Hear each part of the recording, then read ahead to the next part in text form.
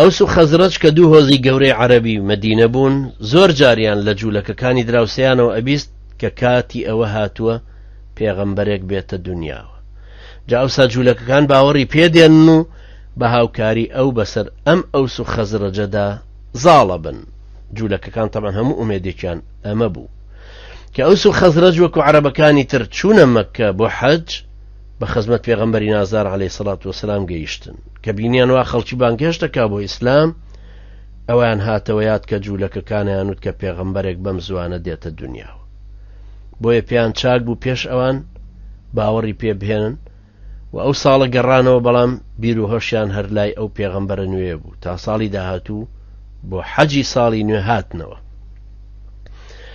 ئەم جارەکە هاتنەوە 6 کەس لە هۆزی خەزرەج بە خزمەت پێغەمبەر صلی الله علیه وسلم گەیشتن کە دوانیان ئەسعەدی کوڕی زورارە و جابری کوڕی عەبدوڵڵاه لە سەردارە ناودارەکانیان بوون و موسڵمان بوون کە گەڕاشنەوە مەدینە کەوتنە بڵاوکردنەوەی بانگەوازی دینی نوێ، ماڵ نەما ئیسلامەتی نەگەیەن.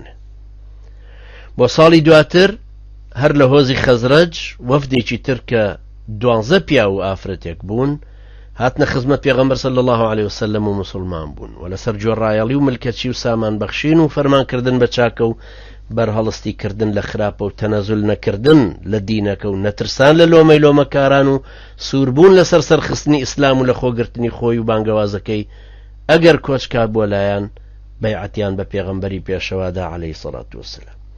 ئەمەش ئەو بەیعەتەیە کە بە بەیعەتی یەکەمی عەقەبە ناسراوە کە لە ساڵی 2 پێغەمبەرێتیدا بوو. سەیریکەن برایانی بەڕێزم، لە مودەی 1 ساڵە ژمارەکە چەند زۆرترە بێ، بۆ ساڵی دوایتر چەند گەورەترە بن، جۆریشیان چەند بە قووەترە بێ، هەڵگرتنی بانگەوازەکەش بۆ شارێکی تر چەند بەهێزتر بوو، ماڵ نەما ئەم بانگەوازەی خوایەی تێدا باس نەکرێ. بەیعەتدارانی خەزرەج گەڕانەوە بۆ مەدینە. پێغەمبەری صلی الله علیه وسلم عەمری کوڕی ئوم کەلسوم و مصعبی کوڕی عومەیری لەگەڵدا ناردن لە مەککەوە تا ئەو کەسانەی مسلمانە بن ئەمان فێری قورئانیان بکەن و دینەکەیان تێبگێنن. خەڵکێکی زۆر لەسەر دەستی ئەم دوو یاوەرە بەڕێزە مسلمان بوون. پاشان مصعب تەشریفی هێنایەوە بۆ مەککە. مصعب لە جوانترین و شۆخ و شەنگترینی گەنجی مەککە بوو. قەدەروا بوو کە ئەو ساڵە خەڵکانێکی ئێجگار زۆر لە مسلمان و کافر هاتبوون بۆ حەج بۆ مەککە کە شەوی عەقەبە هاتەوە. پێغەمبەر عەلەیهی سەڵات وەسەلام بە شێوەیەکی پەنهان چاوی کەوت بە وەفدی مەدینە کە 7 پیا و 2 ئافرەت بوون. ئافرەتەکان ئوم عومارە نەسیبەی کچی کەعب و ئەسمائی کچی عەمری کوڕی عەدی بوون. ئەمانە هەمویان بەیعەتیان لەسەر سەرخستن و پشتگیری پێغەمبەری نازدار عەلەیهی سەڵات وەسەلام بە پێغەمبەری پێشەوادا. یەکەم کەس کە بەیعەتی دایە بەڕائی کوڕی مەعرور بوو.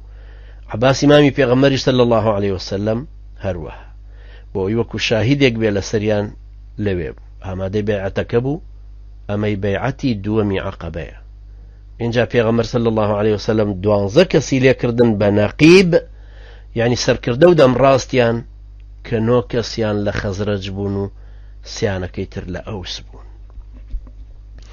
ئەم بەیعەتە گەورەترین و گرنگترین بەیعەت بوو، مشریکانی هێنایە لەرزە.